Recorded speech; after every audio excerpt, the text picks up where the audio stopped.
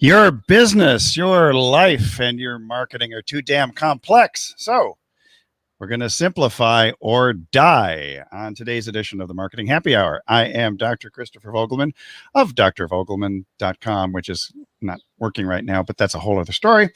And this is an interesting configuration here today, because with me to my left, your right, is Dr. Kayvon Kay of Simplify.zone.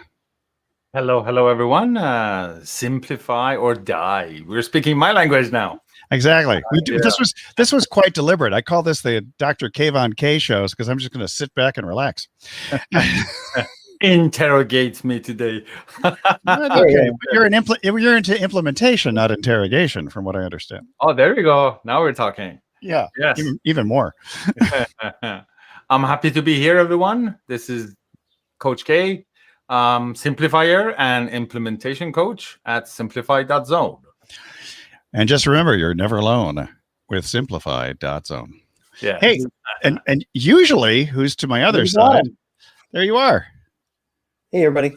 I'm John Paduchak. Yes, you are. I am. Videos are social. Epic Win Agency. Oh, I forgot about Epic Win Agency. That's our Epic joint Win venture. Agency. Look at Our that. joint venture. Our joint venture. And the local marketing strategies. You're everywhere. I'm everywhere.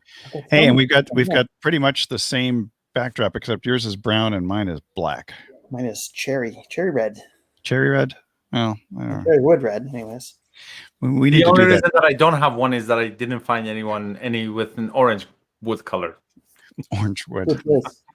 We get an orange tree. We can chop down an orange tree. We get a lot of orange trees out here. Did you know orange is the only color you can eat? Haha, that joke. Orange. Aren't you glad he said that? Okay.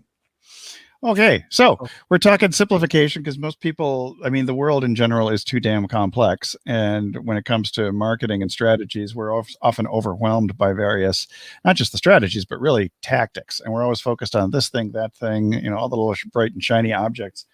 And so we're going to talk today about simplifying things as a way to not only greater peace of mind, but greater profitability. And since Dr. Kayvon Kay is our simplifier, we thought we'd put him under fire, simplifier. Resident simplifier. Resident simplifier, but not a simpleton. Yeah. That's good. Quite the I always talk about simplicity and being a simplifier. And sometimes people think, I live in simplicity. The environment is simple, but being a simplifier means I have a great attraction towards complexity, because that's where I like to be. I am attracted towards complexity because I get in there, get my hands dirty, make sense out of it, simplify it for myself, and many times in conversation with other people. So that's what the whole process of simplification is. So I'm quite attracted to something that needs to be solved. Yeah, it's a problem that needs fixing. Yes. Hey, John, what are some of your complex problems that you've worked on simplifying? I think we're going to. All my problems are complex. All of them complex. Is that one of your complexes? It seems like it. This is one of my favorite conversations to have with friends, because I'm constantly trying to simplify everything in a complex world, right, Kayvon? Like everything we touch is like complex. Technology changes every day. I just happen to be in the epitome of the center of all the stuff going on with technology. And sometimes you wake up the next day and everything has changed. It does happen. And so, I find I'm constantly taking complex problems and simplifying them for people, or come up with simple solutions to using everyday complex technologies. Can you give us an example of something you might simplify for a business? Well, like for instance, somebody looking to make more videos might be saying, how can I do this more simply? I've got to come up with a script, and I've got to get on YouTube, and I've got to do all of this stuff. And maybe it's as easy as doing your videos live. And, there's different programs to create thumbnails. Canva's a great one. We use that for our show. And, but there's also some that really simplify things. You pick out some shapes and throw some pictures in, and it makes things even easier. So it's finding technologies that simplify things, kind of as we go along. Yep. And Uh-oh. we lost, Hey, we lost our host. Where'd he go? that simplified There you go.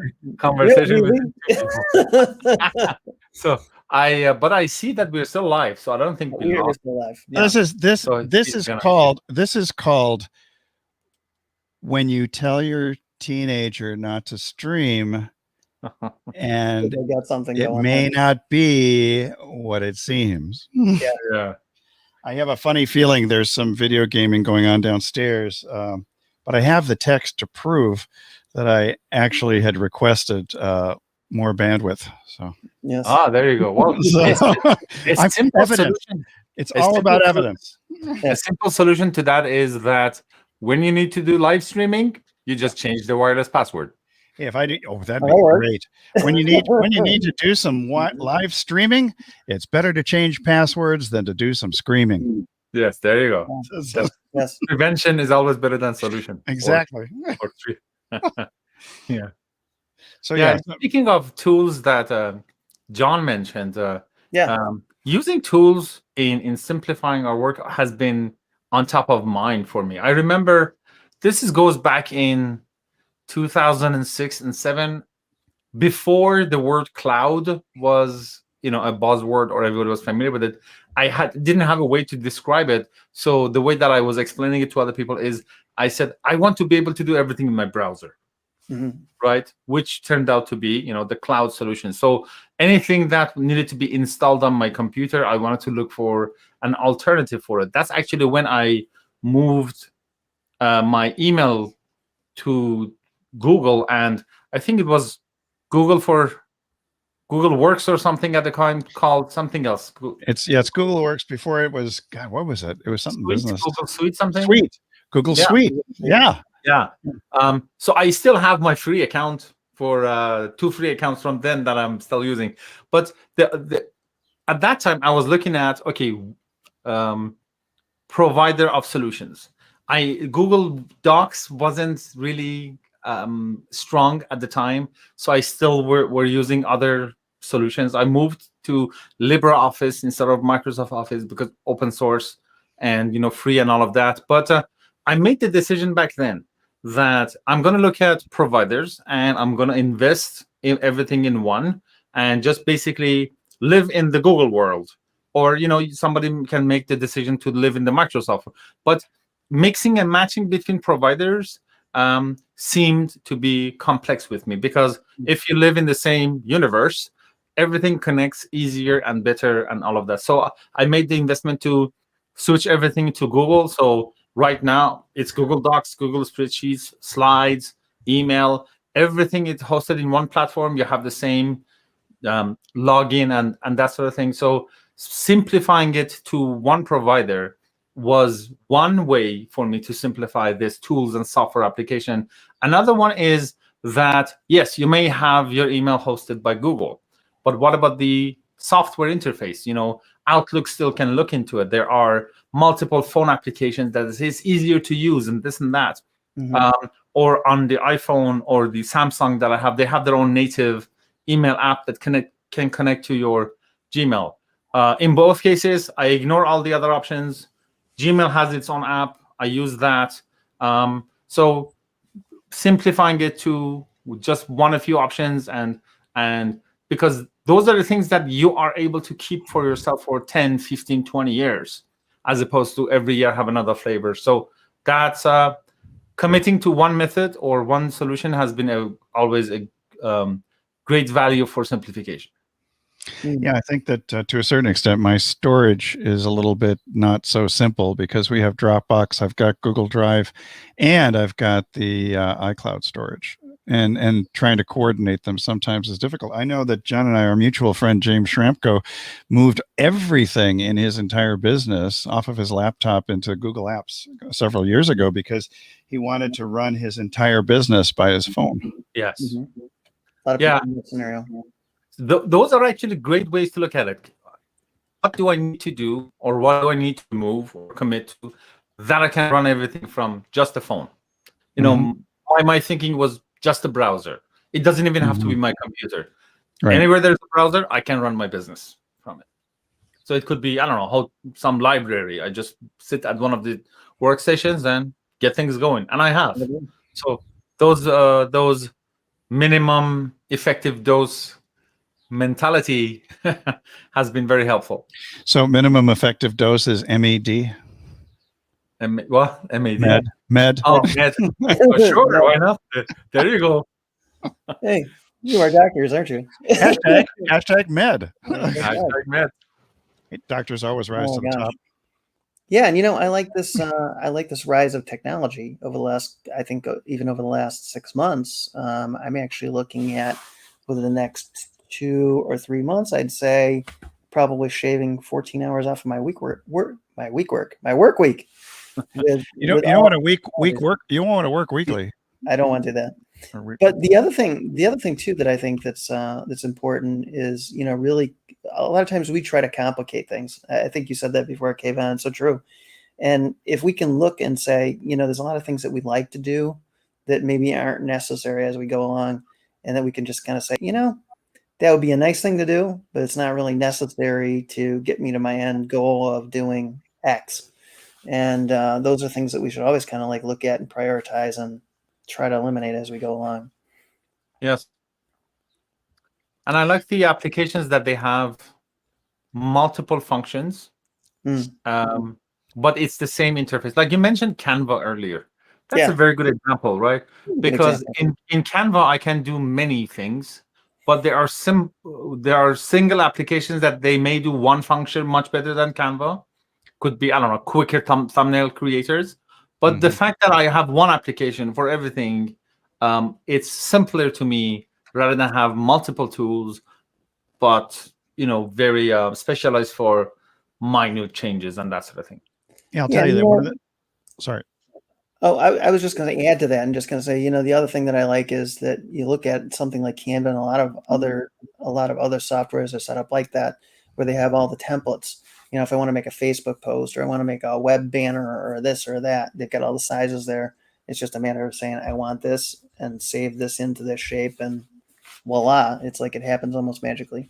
Yeah. So, and cases like Canva, it's like the example that I gave about Google. Back in 2005, what you could invest in Google was much less than what you can do now. So just by sticking with them, they get better and better and faster. And Canva from a few years ago till now has got a lot better. So it's going to get better and better as we go. So I like those decisions that you can make once and for a long time. You don't have to worry about it. Right. And some companies depend upon you staying within their ecosystem. I know a good example is Apple. Once you're in, it's hard to get out. It's like the Matrix. Or Adobe. Adobe's another one. Yeah, Adobe is another one. And back to Canva for just a second. One of the things that we've played with recently was using Canva Presenter, that you can actually do presentations, because I found Google Slides weren't cutting it for me. And with the Canva presentation mode, there's a little blue dot that you can use to circle things and almost like a pointer. And it's pretty interesting. I'm not sure if Google Slides has that one or not. Yeah, I think it's funny how we kind of centered around Canva today. Yeah, exactly. We're all Canva. Yeah, we're not even the evangelists. We're not the brand evangelists either. No, not at all. Okay, you guys keep talking. I'm just gonna quickly get an affiliate link from Canva and yeah, we get the affiliate link. So we can make some money from this. Drop that in the chat. So tools and technologies are one way of looking at things. What would be some other suggestions that you have, Dr. Kay, for simplifying everything, perhaps from workflow to your goals and attaining those things? Answering the question, what are we doing? As in, what's the most important thing? Let me put it in context. For a successful business, there are 5 main functions: lead generation, lead nurture, lead conversion, client fulfillment, and client retention, upsell, resell, and all of that happens after client. all those go into 5. It's like 5 A, B, C, and D. Yeah, well, because they're all kind of about keeping the relationship and ongoing it. Maybe bigger package, or maybe move them, or just retention and all that. They're all similar activities that they are kind of like sales, but they're after client fulfillment. Right. So simplifying, where do I need my business the most? Like, which one of these is the weakest link of these 5 functions? So this is marketing happy hour. So let's say we say it's my lead generation, which seems to be for many people. So then when it comes to lead generation, we go same question, but one level deeper. So from all different options of lead generation, it could be video, it could be posts, it could be blog, it could be podcasts, it could be which one of them would be the right one to choose to start. And that question of the right one is multifactorial. Sometimes the quickest one is the right answer, depending on where we are. Sometimes the higher return as far as opportunity. Sometimes the simpler one, easier one, because there could be a method that gives you better return, but it's a new skill to learn, and it's complex, and it takes a lot to set up. But something else that I already know is going to give me results faster, quicker, better. So there would be a little bit of a back and forth. This is the kind of conversation that we all, the 3 of us, have with our clients. Sure. But choose the method of, let's say, between the 5 or 6 options of lead generation, choose that method, and keep going like deeper and deeper like that. If there are multiple options for each one of those, so if it's video, maybe there are multiple options. If all of that, until we narrow it down to one thing to do, and then just do that. So that's my way of simplifying it, narrowing it down to one thing. That's good. Well, John, you talk about simplifying content creation. That's what I was thinking of. Yeah, it's funny. I was just thinking as Kayvon went along, one of the things that I do quite frequently is reframe to a minimum. So, like, for instance, when I say that, what's the minimum amount that I can do and generate income with this in the fastest possible way? What's my minimum viable product to create? What's, everything always kind of surrounds that minimum and a bit of a reframe, and just kind of going through that. And then I find if I can write those steps out, I'll get there a lot faster with a lot less overhead. Yeah. Yeah. And also that approach of working on one project at a time. Yes. If you identify 2 or 3 options, it's always never fails that it's much better to finish one and then get started on the other ones, as opposed to go through 2 or 3 at the same time. I remember I was giving a presentation once. I mentioned this, that do one thing at a time, not multiple ways of lead generation and other things. Somebody's question was, but you don't want to put all of your eggs in one basket. And my answer was, well, if they're going to be bad eggs, you want to find out as soon as possible. So if if you give your focus to one thing, whether it's going to be helpful or not, you're gonna know sooner, right? Sure. So if you know this is the one, you just go more for that. But if it's parallel and it's not helpful, it's not the right choice for us, then it's the realization of mismatch is going to happen farther in future, and that's what we don't want. Can you explain mismatch? Mismatch. Yeah. Mismatch. Okay. As opposed to what? I don't know. Mr. Match? I mean, it's like... Well, I think what you're saying is by mismatch is like 2 things that just don't go together correctly. Like cognitive. Maybe something maybe is not the right choice. Like I was on a coaching call earlier today, and we were talking about social media marketing. Okay. And this person was target market role were CTOs. And I was saying most probably Facebook is not the right place for you. Like, so we say social media marketing, but Facebook would be a mismatch.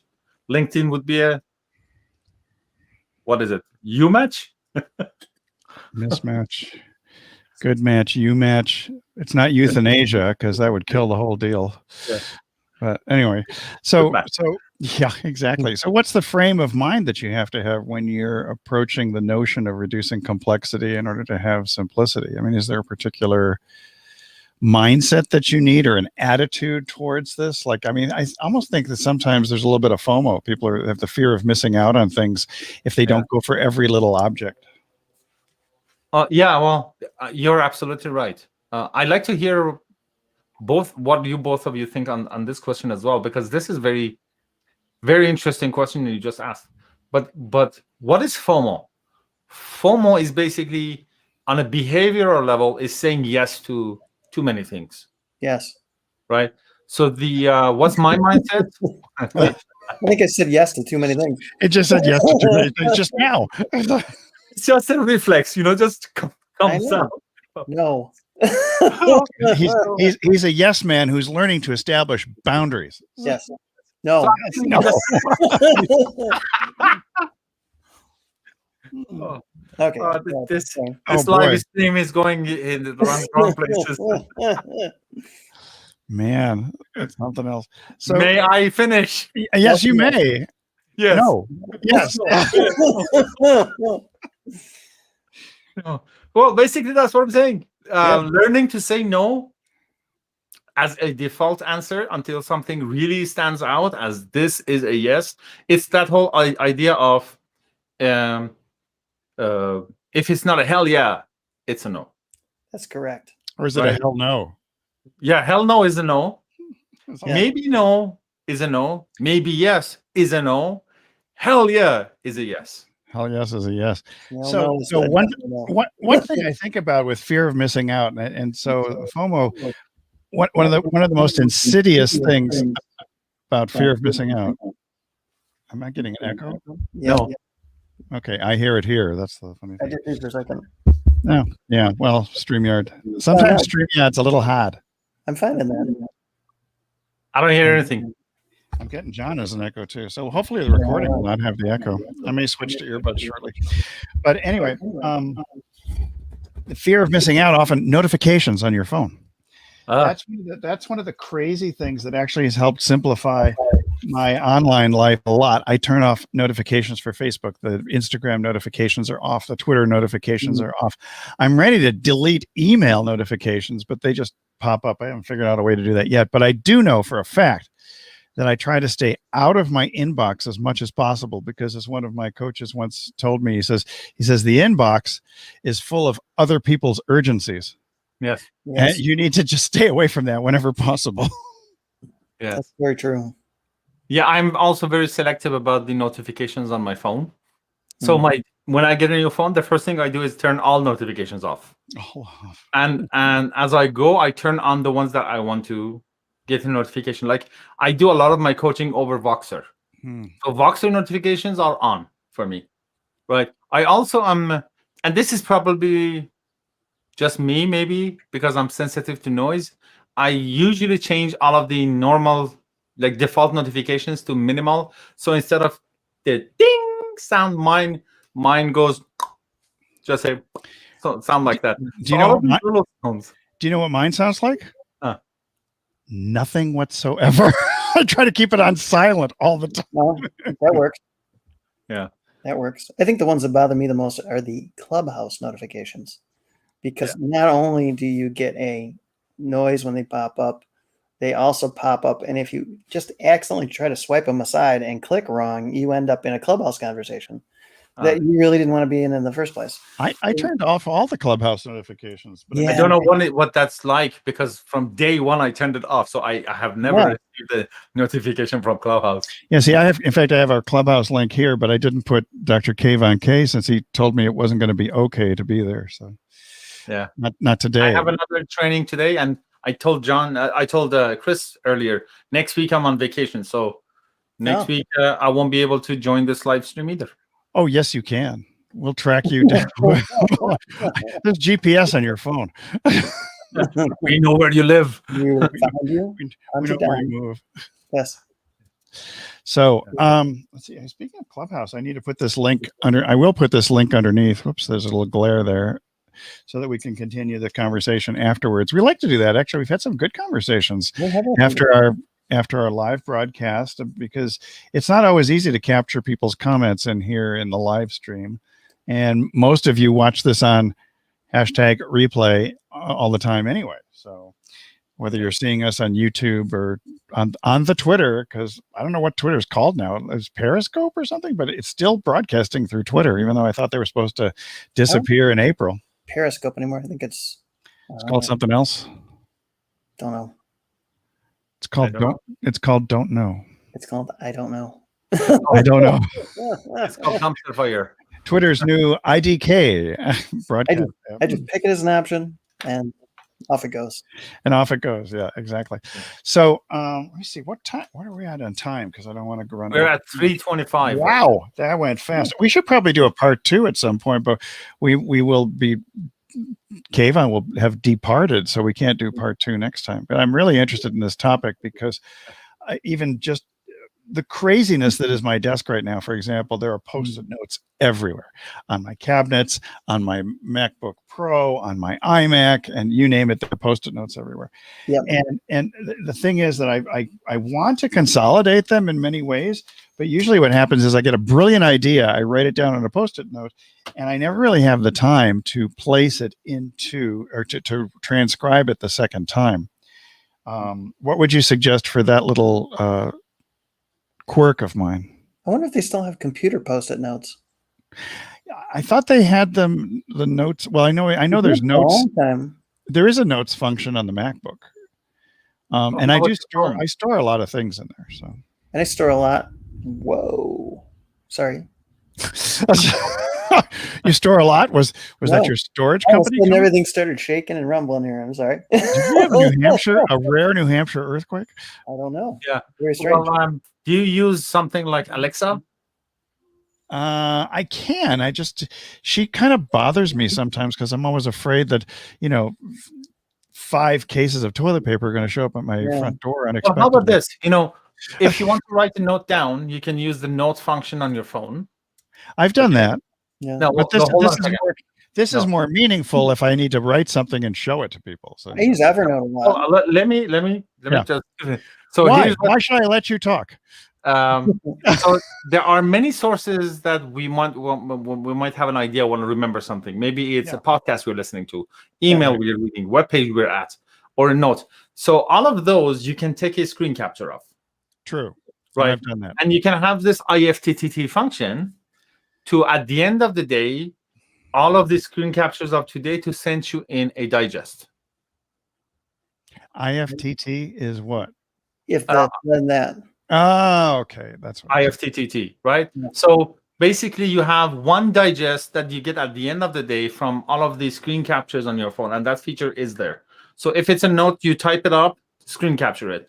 If you're listening to a podcast, that minute, screen capture it. Website, screen capture it. Whatever. So if you consolidate everything to one method, which could be screen capture, or it could be just voice note for yourself, whichever works for you. But this method of, if I need to remember something, my default method of taking a note is this, which is easier for you. So instead of having multiple ways of taking notes, one way of taking notes. With the exception that if I do write it by hand, I definitely remember it better. Well, then take a picture of it. Take a picture of it and have all of those pictures consolidated in a digest to you at the end of the day. Yeah, I know for me, most of I take notes on is web pages and the like. So for me, I use Evernote, and I can also just go in and write it as a digest. Yeah. So another feature with the Evernote is if you write it on a note and take a picture of it and save it in Evernote, Evernote transcribes it for you. Yep, you can do that too. Hey, speaking of digests and digesting, I think we've digested a lot of information right here, right now, because we have 1 minute left. Any final thoughts before we head over to the House of Clubs? I think this was a good call. Yeah, but we definitely need we need more. Yeah, another follow-up meeting about this. Say whenever I talk to anybody, it's like one of the things that they're key thing to do is simplify things. Always, any way that they possibly can. So there's always a lot of people looking for ways to simplify stuff. Oh, simplify. Yeah, that's you. You need to bring that closer to the screen. Yeah, why not? Come on, bring it over there. See, bring that in.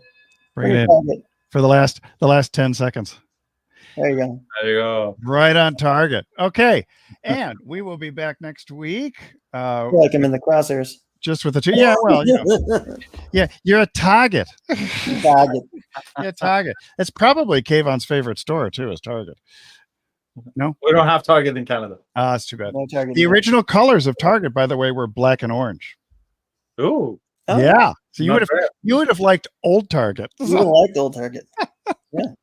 All right, we'll be back next week for a very interesting topic that we have yet to decide upon. So tune in at 3 p.m. Pacific, boy, the birds are falling down here. 6 p.m. Eastern for the marketing happy hour. We'll see you next week. See you next week.